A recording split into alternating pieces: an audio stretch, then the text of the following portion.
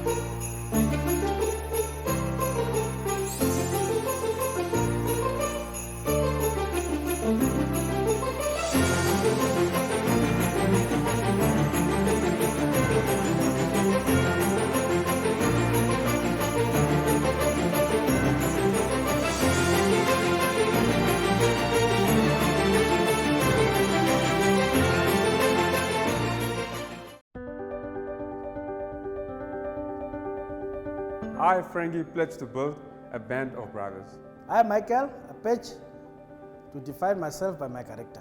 I, Gesser, pledge to use my strength for good. My name is Ethan and I pledge to nurture my fields. I am Aubrey and I pledge to make the world a better place. My name is Salatiel Shinedima, the Executive Director of Women's Action for Development, and I pledge to mentor the next generation.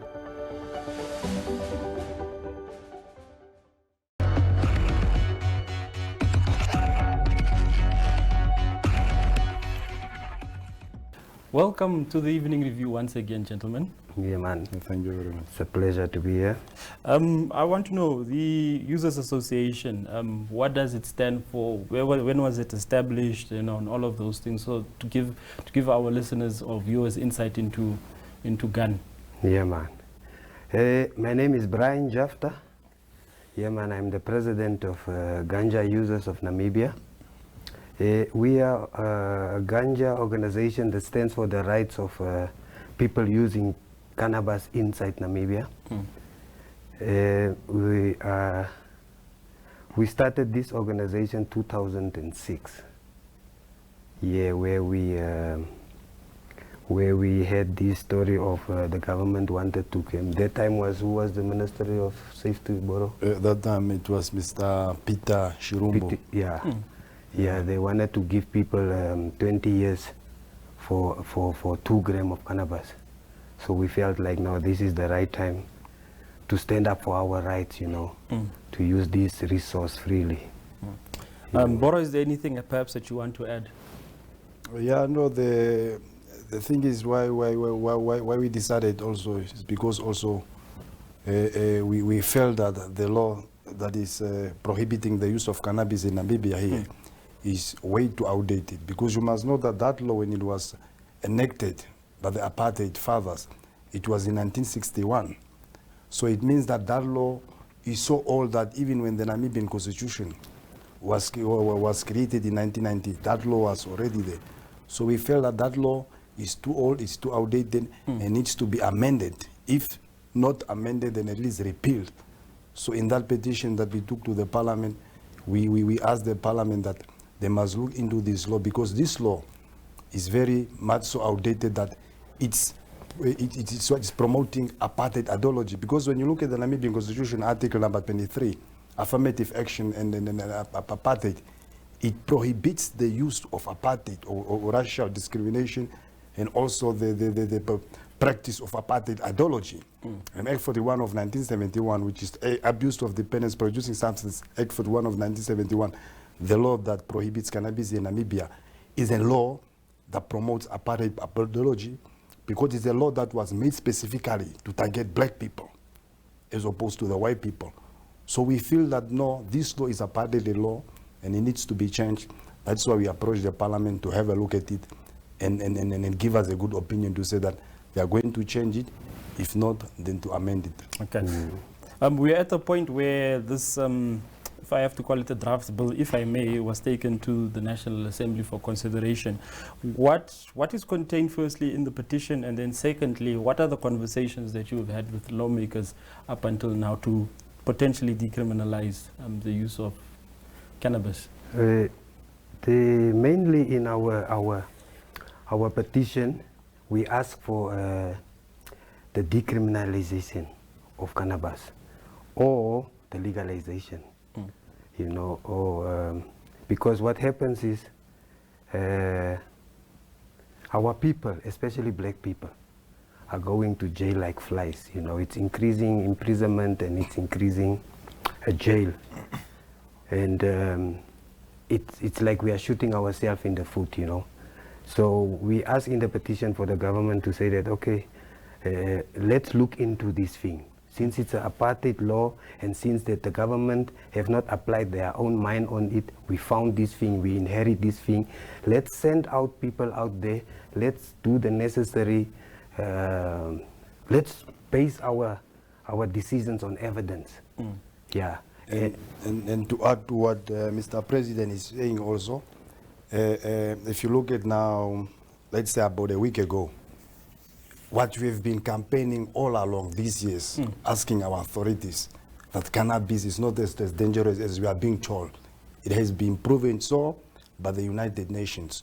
So what is happening is that now the perception that all of us had about cannabis, that it's so bad, it needs to change. Because the very same International World Health Organization experts have said that cannabis is not as bad as we thought. And in fact has asked countries, of which Namibia is a member state of UN, that countries, they need to listen to the World Health Organization recommendation, which recommended that cannabis must be moved from the category. Because at the present, what is happening is cannabis in the same categories, opium and heroin and mandrax and the other drugs, which now the UN says that it shouldn't be that case. So the United Nations is asking member countries to remove cannabis from a bad category that it was and put it in a better category that recognize that it has some medicinal values, properties and values. So what the UN has done, it means that countries like Namibia will be affected the first, because there are 3 treaties on drugs by the United Nations. First one is the Single Convention, of which Namibia is a signatory, is a member of. And the law that we are using in Namibia is based on that. It's mirroring there. And that is the treaty that has been touched by the UN. The other one is a treaty of 1971, which was supposed to concentrate on the psychotropic substances. And then the other treaty is a treaty of 1988, which was supposed to criminalize the trafficking of drugs. Now what is happening here is that Namibia has not signed the trafficking treaty for criminalizing the trafficking of drugs in Namibia. That's why under the current law now, when it comes to the trafficking, it's not the law. You understand? So what is happening now, Namibia is using the 1961 treaty, which is too outdated. And that's why Namibia is even in violation of International Convention, because they were already supposed to sign the treaty of 1988, which makes or prohibits the trafficking, but which Namibia has not done. So Namibia is in problem. They need to change their law, and the United Nations experts are saying that this is the right way to go. Cannabis is not as bad as we thought it is. So all of us here, we need to change also our perception that concerns the cannabis and understand what the international experts are telling us, that cannabis is indeed a medicine. And that is the exact thing that we've been telling the government all along. I want to move on to another topic, and this relates now to Ganja has for a long time through media been asking and saying that, look, persons that are found with cannabis could be 5 kilograms, cannabis could be 10 grams or 50 grams, whatever the case may be. You've often argued that when it comes to prosecution, that the playing field is not level and that you're being prosecuted unfairly. Guide us through that again and why you feel that. Thank you for asking that question. Actually, you are the first journalist, I must say. When we win this struggle, we must award you. You know, because what happens here is that, number one, let's start. They say that cannabis is a gateway to other drugs. You know, hardcore drugs. I would say it's a gateway to get out of other drugs. not to get into other drugs, you know. Because we have seen ourselves that during the lockdown, what happened? Alcohol was the only drug that pushed the crime in this country, you know. So that is already a symbol to say that we are dealing here with a wrong substance here. And then the other problem is, you know, I want the Justice Minister to do an investigation into how the police reflect the street value of the cannabis on the ground. Because what they feed the courts is not what reflecting on the ground, you know. We want to know what is the mathematical formula that the police use to calculate the cannabis, the street value of the cannabis.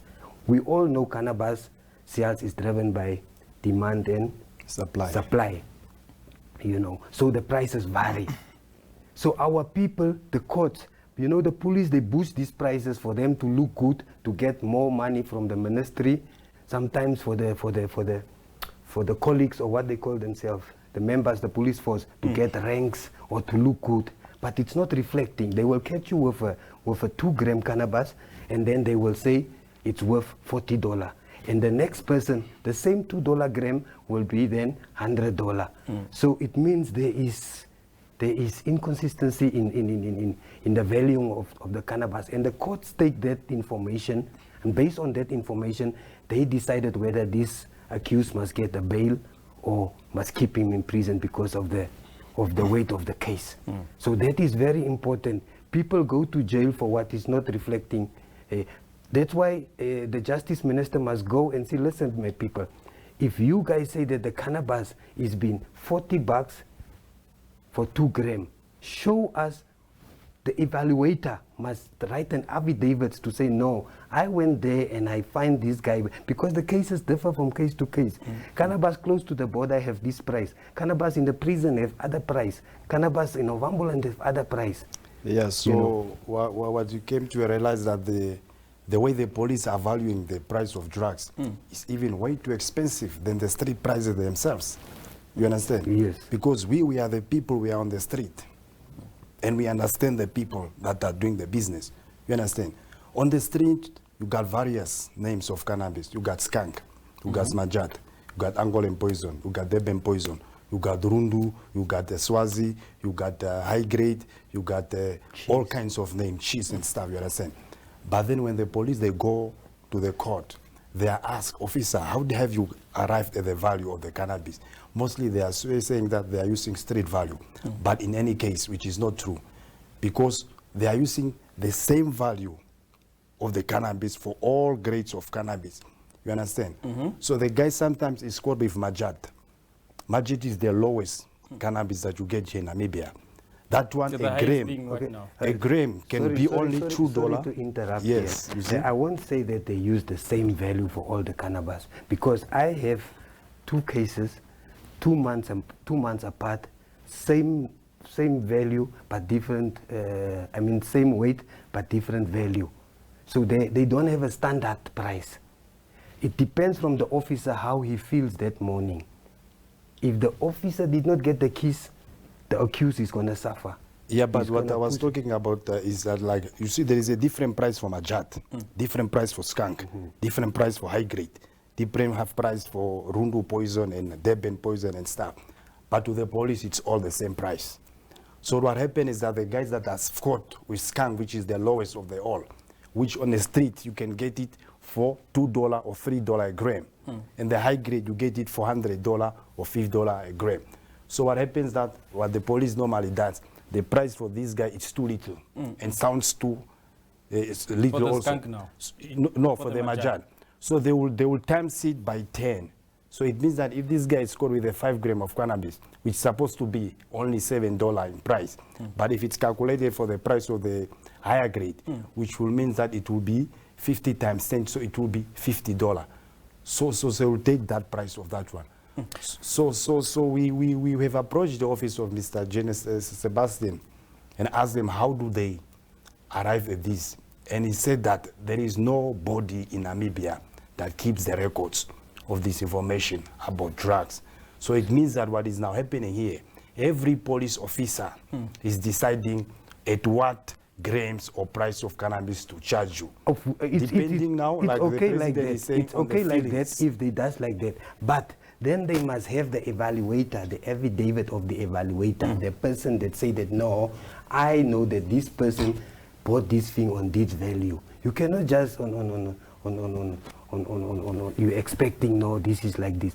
You must have merits on the thing to say that no, this person, he was about to sell this thing on this price because we have evidence of this. This is the evaluator, this is the what. But now the officer, if he stands up in the morning, they find like, okay, right, I find okay with ganja, I don't like him, so I'm gonna take this 20 gram and times it with 200. Oh, here comes the ganja president, I like him. I'm gonna take this same 20 gram and times it with $3. So at the court, now the court is relying on the citation of the officer. And then the court sees that, okay, this guy, he have a 20 gram of cannabis on a price of $400. I can't give him bail. But the same guy with this, another guy with the same gram, 20 gram, is let's say $100. Then the court says, this is a light case, let me give him bail. So that is the thing is, to take you to what the Mr. President is saying, at the moment, we are having 2 gang members. They were caught with 1 kg of cannabis on the street. That cannabis is only 4,000 to 5,000. But according to the police valuation, that 1 kg is 50,000. So which means now, when these guys, they went to the court, they got scared. Oh, 50,000 is a lot of money. You understand? So what happened, these 2 poor guys, they were denied bail. Up to now. And as we speak now, they are still there being denied because bail of the lies of for the 1 police. kg of cannabis, which is said to be 50,000. You find a lot of guys that are caged with 1 kg of cannabis. It's lot less than that. This is where we are saying that in absence of anybody checking the police, how do they value drugs? It means that they are taking advantage for the purpose of getting promoted and recognized. They are busy, what do you say, when you put the price up, they are busy putting prices up of drugs, which in any case favor them, but now the one that is accused is the one that suffers. Because brother, before we go, there's a very important issue here. We have the issue of there are companies, big companies, like Discom, Fruits and Vets, and Pick and Pay. They are selling cannabis products, seeds, drinks, cosmetics, whatever. We bought some of the cannabis products. We took it to the Prosecutor General, Malwa. We showed it to say, listen, our people are going to jail for these things, but white people are selling these things and they survive. Is this not a sort of an economical hit on our people? So she said she's going to investigate, but now it's more than a month now. We don't get any report of that or whatever. So we feel as gang members, in the next 2 weeks, if we don't get the answer from the PG, we're going to go to those shops and make a citizen arrest. We're going to lock the shop and the police must come arrest the owners because they cannot sell cannabis products while our people go to jail. Because the law around cannabis that says that any product, any part of it, of cannabis, it's prohibited. Even the whether it's seeds, whether it's oil and stuff like that. But now we so found out the government is applying selective justice towards us because what's happening, they prohibit us to sell the very same things that these shops are selling. And these shops, they are selling it freely with the permission of the government. So here we are complaining to say government cannot apply selective justice. Yes. Towards us because we are going to prison for the same thing others are not going. I'm sure, given now how people that are found with cannabis are prosecuted, you would probably also have personal experiences of how this has disadvantaged you. Yes, of course. We you know, when we took up this struggle, death was first prize, prison second prize. You know, we are, as Rastafaris, we are the most marginalized group in this country, you know. If people see us, they see cannabis, whether we have it or not. That is also why I have these 2 cases, because the police, they come to my house just 3 days after we had a march, you know. And they come. When was the march? It was April 1? 19 April 2019. Yes, yeah. So they burst into our houses, come to look for cannabis, you know. And that is the thing now. We are terrorized, you know. We live like, and you know, this country was built by smokers. The last survey that was done in Namibia was by the UN. Yeah, United. Yeah, 3% of how much? They say 3.9% of the Namibian populations are cannabis users. Just So calculate. that was down 2011, and that's about 4%. I think then it will be been 70,000 people. Imagine. By now it might be double Imagine. or triple. Now, if we see, we have the Sustainable Developing Goals that I think we in Namibia also belongs to that global family. And if we see the 17 goals, we would see that cannabis, the plant, the sativa plant, directly pertain into 15 of the 17 goals. It means if we take the goal, let's say that goals have 69 targets, 142 of those targets cannabis pertaining into. Let's start like the seed have nutritional values, so it can stop hunger. Cannabis can be used industrially, it can be used for a lot of things, cosmetic, you name it, bricks, whatever. So it can stop poverty, educational wise, gender-based, whatever. Alcohol don't even pertain into 2 or 3 of those, yet it's legal. Don't you think something that pertains into 15 of the Sustainable Developing Goals have the nations, they must get the nation's attention? I mean, it's a product. And the thing is, people, when they look at us, they only think that these people, they are campaigning for ganja just to smoke. No, we are more than that. Smoking part, we are smoking every day. Even as if we sit it's here, legal or we not already legal, smoke. we You understand? smoke. That is What not we are that campaigning for is because we understand that the government is playing with billions. Yes. This is the billion-dollar business, and we cannot allow government to play with it. So what we want to create employment for the Namibians, because there's thousands of products that can be made out of the cannabis, but the world does not want you to know. Because the countries that don't want cannabis to be legalized worldwide, it's because they have interests that they are protecting. You understand? So there's a lot of products, more than 5,000 of products that can come out of the cannabis. This is the knowledge that the two of us and the rest of the users are having and know about. And this is what you are trying to pass on to the Namibian people, to say, people, wake up. There's more to cannabis than what you know about and think about. It's not only about smoking and getting mental as you think. There are billions of dollars and here. Even the story of therapeutic. I mean, if someone tells you that cannabis have psychoactive properties, I mean, why are you scared to be psychoactive?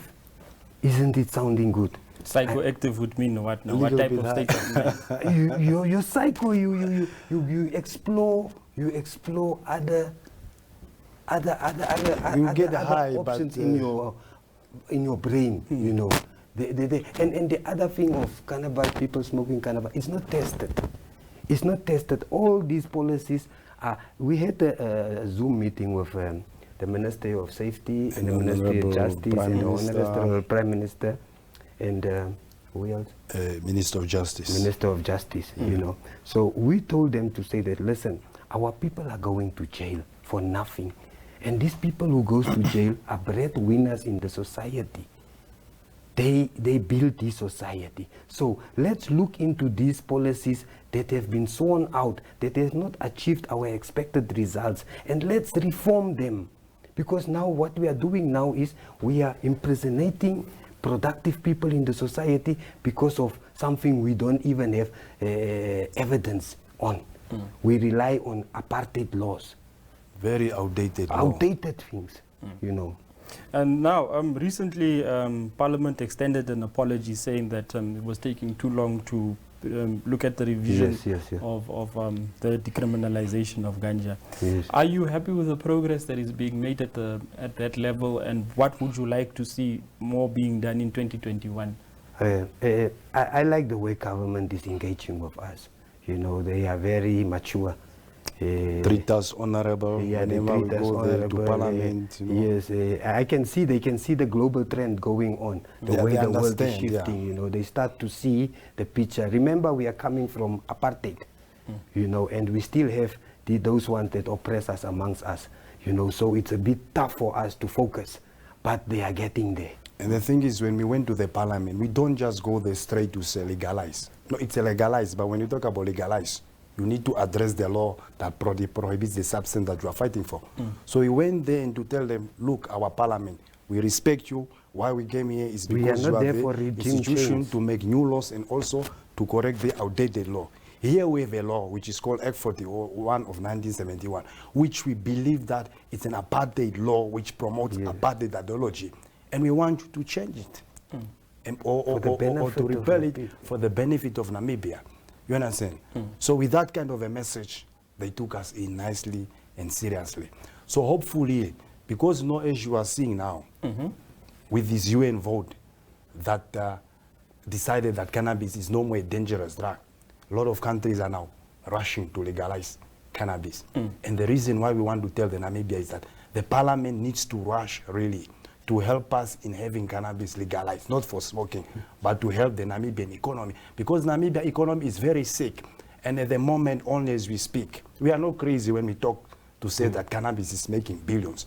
If you want to know what I'm talking about, at the moment we have more than 200,000 people that are using cannabis in Namibia. And these people are buying cannabis every day. That's a lot of money that's going out of Namibia. You understand what I'm saying? So there's already an established market here of the users that if this thing is legalized, they won't be suffering for the government to make money. Money will be made straight out of it. Can I just come in there? Our GDP, Namibian GDP, the sector that contributes mostly towards our GDP is the mining, of which diamonds is the sector there. But we all know resources get finished. We are even now, the BS is even now revisiting old mines, you know. So what I'm trying to say is the green revolution, the green rush, you know, this plant of us, this resource of us, this green gold of us, it's not even going to have any soil erosion or soil damage soil, like mining and oil, what, zinc, what. In fact, it's going to improve. It's improved, and it's a cheap thing. You put less in, but the profit is big. So I don't know, I thought last year when our president created this economic council, or what was that? Advisory committee. They would add us, because we have $1 billion plan. You know, those guys have been there for 2 years, they did nothing. You see, and here we sit with the plan. And that's why you see all the countries in the world, they are rushing to legalize it. And we here in Namibia, we cannot be the last. Let's be among the first. Because Namibia will be benefit the most from the cannabis legalization. Because number one, cannabis like sun. We got a lot of sun here in Namibia. A lot of sand and enough water. That's all what you need. Here in Namibia, we are the only country in the world that we can have 2 cultivation per season. Otherwise, in other countries, due to the fact that they are suffering, that they are not having sun, like here, we have it for free. They cannot make 2 cultivation in here, but only once. But here in Namibia, we are a country that can produce 2 seasons or 2 cultivation for cannabis, which will be a lot of money that you are seeing here. Would you say that in society, within the communities that you are involved in, there are people that struggle with and perhaps also abuse cannabis?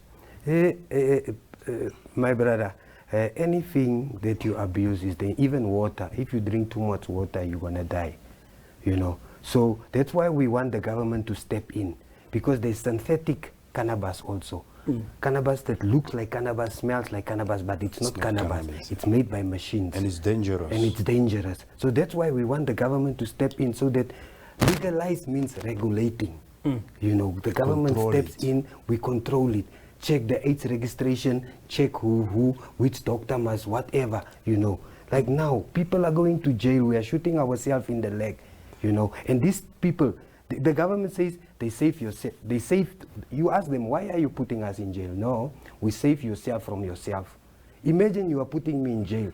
First of all, I can get the infection there. Number 2, my business is standing still. I'm cut off. So how do you save myself? You see, you burst into my house. I'm not smoking in the public. I'm sitting in the privacy of my house, because you know I have a sovereignty of this body of mine. I'm an adult. I decide what I put into this body of mine. No government can tell me what to put in my body. What to eat, how to eat, dress, how to sleep, how to dress. That is not government story, you know. But if I significantly hurt my neighbor, is where he can step in, or whatever. But in the four corners of my house, I'm smoking on my couch. You burst in there like it's a national threat. And you harass me in my own house for a joint.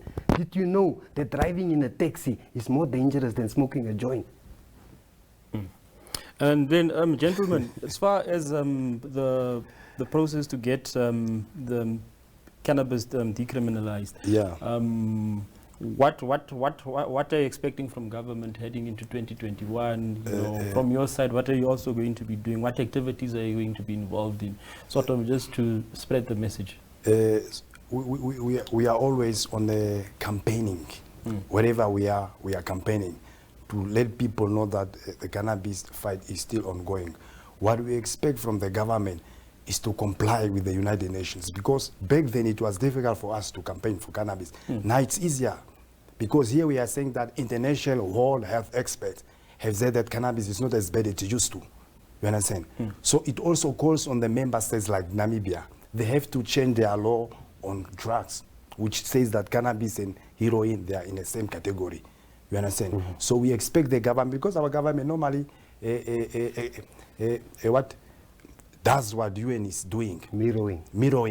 You understand? So our government is known for following the UN rules. So here the UN is telling you, Namibia, the perception that you had for cannabis, that it's bad, it's making people, it's wrong. Here's a new perception about cannabis. It's not as bad as it is. So they have to follow at least and change the way, because now we are suffering in court, because when we go to the court is telling you that, Mr. Boro, why the reason why you are here is because you are caught for possession of cannabis or dealing. And cannabis is a serious drug case in Namibia. You understand? So if it's taken from that category, then when you go to the court, it will help a little bit. Yes, and the other issue here is we are also engaging with Madam Prime Minister. We want, you know, for us, for any nation, to say that you have a war on drugs, you must rely on intelligence.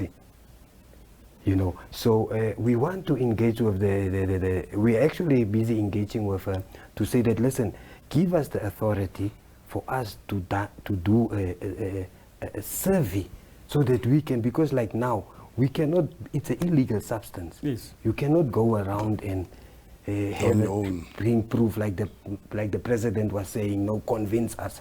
How can we convince you of an illegal substance?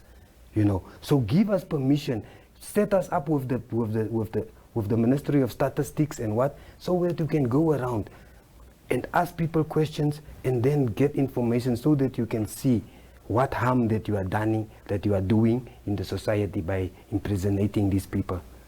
You know. Because if you want to make decisions pertaining to cannabis, you need to have the intelligence on the ground. You need to find out how many people are the using or the this. Because at the moment, nobody has that figure.